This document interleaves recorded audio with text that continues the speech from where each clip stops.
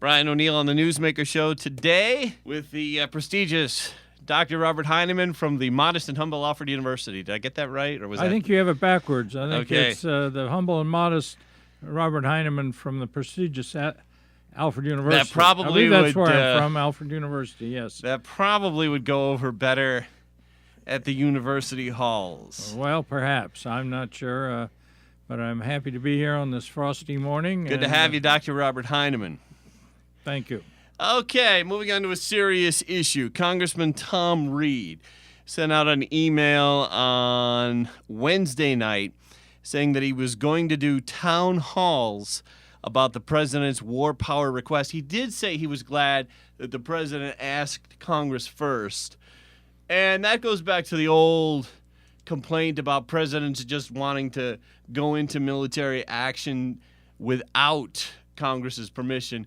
Which president would you say is the most guilty of that? Well, I don't know. In that sense, I think we have to talk about the War Powers Act of, 1973, which Congress passed over President Nixon's veto.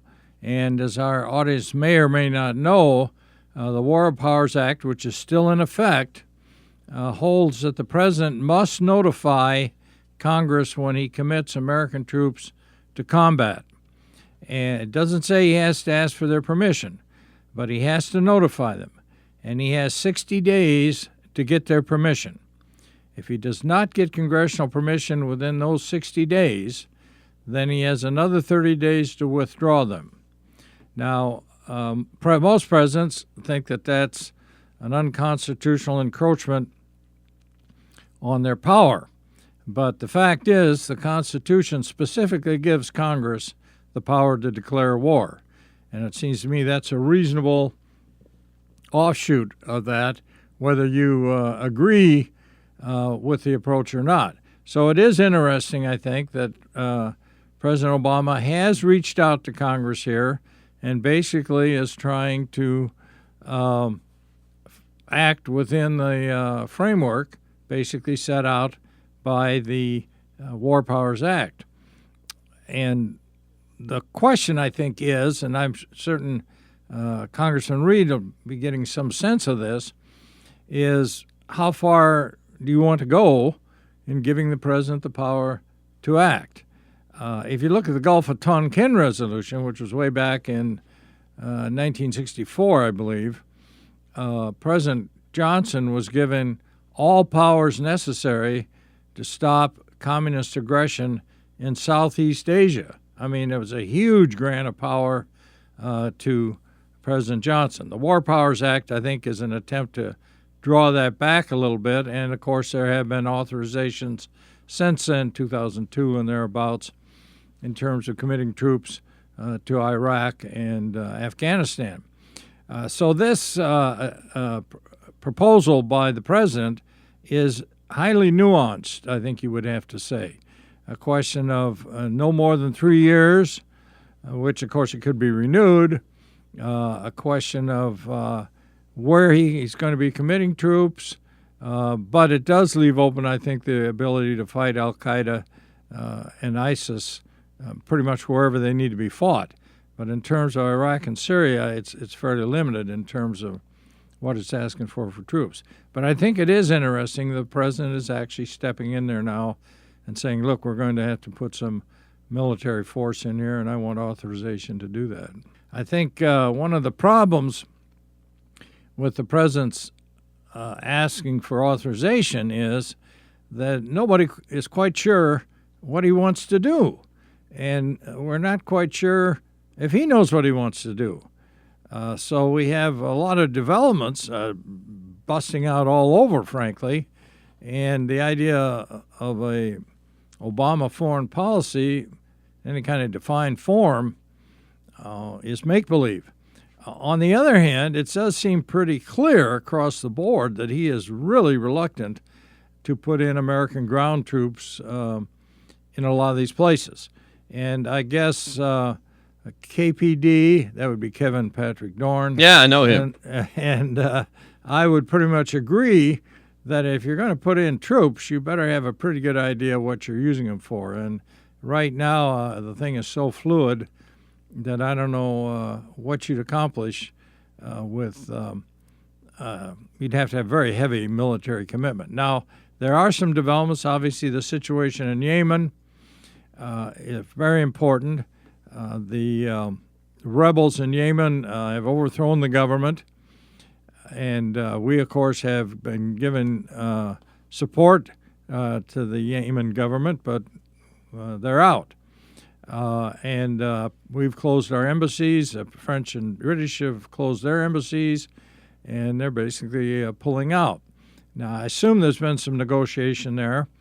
I know my friends, former Marines, are very unhappy that the Marines have had to turn their guns over to the rebels and pull out. But on the other hand, what Obama's trying to do is avoid a situation where you have a pitched battle there in terms of the embassies. I mean, how can you control the embassy? We surely don't have enough troops to hold on to the embassy for any length of time, so in some ways the best thing to do is get out of there.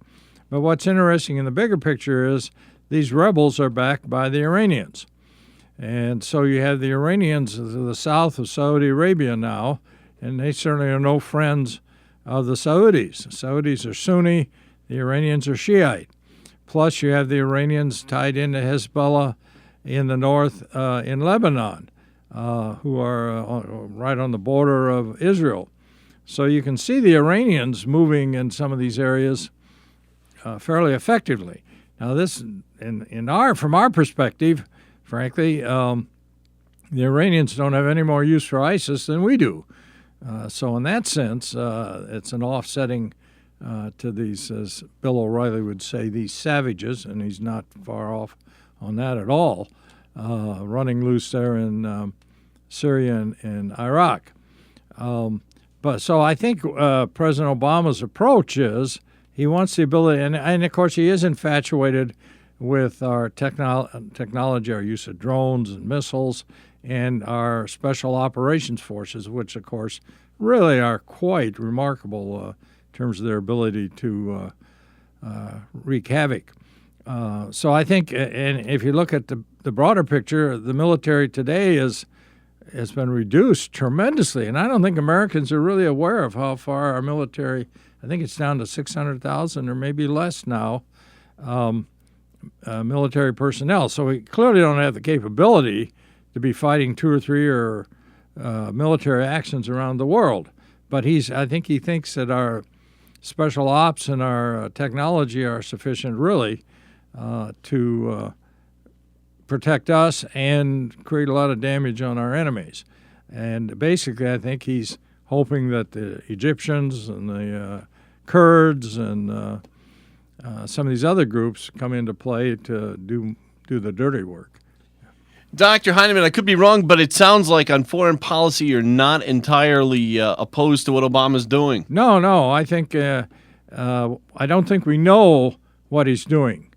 And all we can see are the tangible results here and there. For example, in the Ukraine, I think the Obama people really jump-started this whole effort to bring about a ceasefire in the Ukraine because it was pretty clear that Obama was getting ready to provide training and arms to the Ukrainian army. And I think he had a lot of support in Congress to do that. And I think Angelica, I may have the Merkel, and Hollande, the Prime Minister of France, began to get very nervous about that. They really wanted to avoid a clear military confrontation between a well-armed Ukrainian army and then the temptation of Putin to pour in more Russian aid. And at the same time, I think Putin could see that if Obama was serious about giving aid to the Ukrainians, and then he would have a problem I think he'd like to avoid, and that is a well-armed Ukrainian army, well-trained Ukrainian army right on his border. Plus, of course, all the other economic sanctions and such that he's had to put up with. So if Hollande and Merkel pull this off, I think it's going to be partially because Obama's put a little heat in there in terms of our interests in supporting the Ukrainians. So I think Obama's foreign policy is, let's put it this way, perhaps very subtle, or it may be totally incompetent. I'm not sure. We just have to watch kind of how the results bubble up. And I think a few years from now may turn out to be a lot more sensible than what a lot of the critics are yelling and screaming about. The Black Congressional Caucus issued a statement to Israeli Prime Minister Benjamin Netanyahu telling Netanyahu that he should respect the president, Obama specifically. Little tension there, more than a little tension there between President Obama and Israeli Prime Minister Benjamin Netanyahu. There was a little bit of that with Bill Clinton, but a lot more of that with Benjamin Netanyahu. Well, Netanyahu's had his problems with, I think, American presidents pretty much across the board, whether Republican or Democrat, frankly. I think the relationship, though, between George W. was a lot stronger. I would guess. I'd have to go back and kind of review what we were dealing with there. No, I think Obama's position in terms of foreign policy has been deliberately a lot less supportive of the Israelis. And again, I think Obama's view is that the Israelis are perfectly capable of taking care of themselves. And the idea that somehow we have to get involved in there in tangential kinds of foreign policy issues, he's just unwilling to do that. And that, I guess, is a concern of Netanyahu's because, as we said, Hezbollah is active on their northern front. Of course, the Egyptian thing now is stabilized. I think that probably is going to settle down.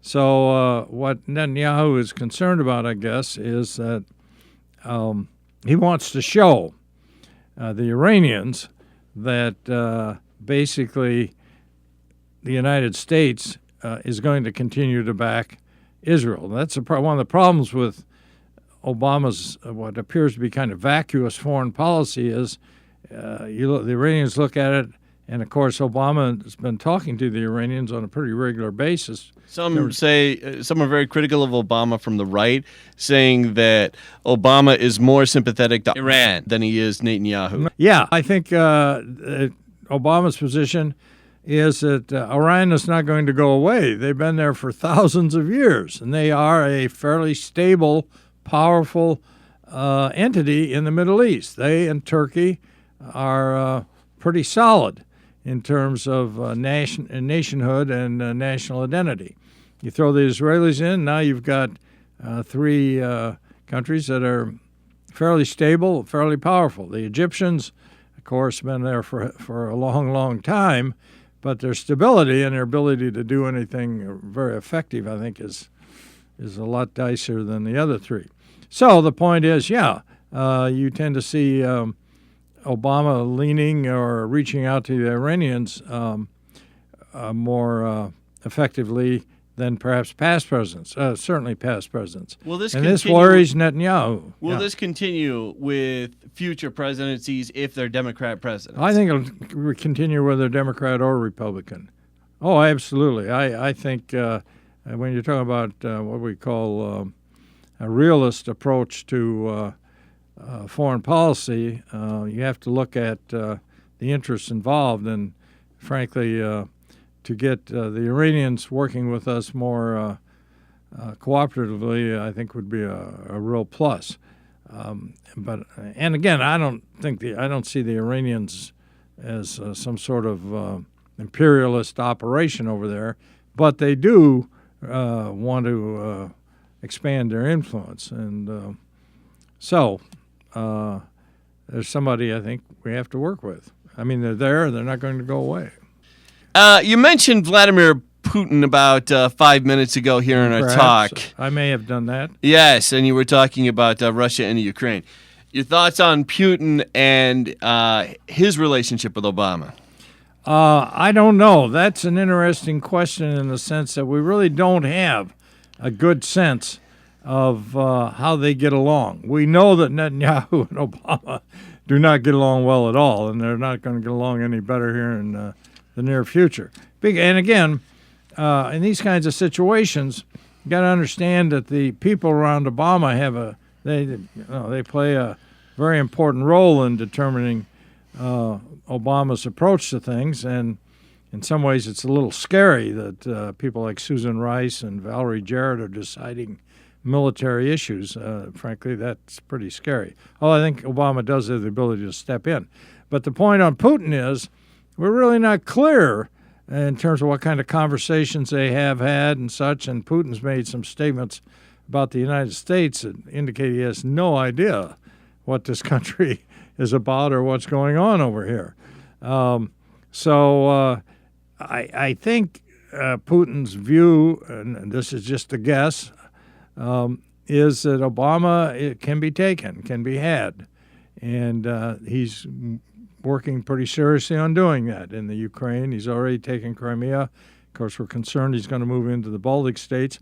But there are some limits on Putin in that respect. First of all, our space operations, a lot of them are joint American-Russian efforts. The Russians have as much trouble with the Islamic fundamentalists and terrorists as we do, quite a bit more, actually. So I got to believe that we're exchanging information on these movements and these groups as well.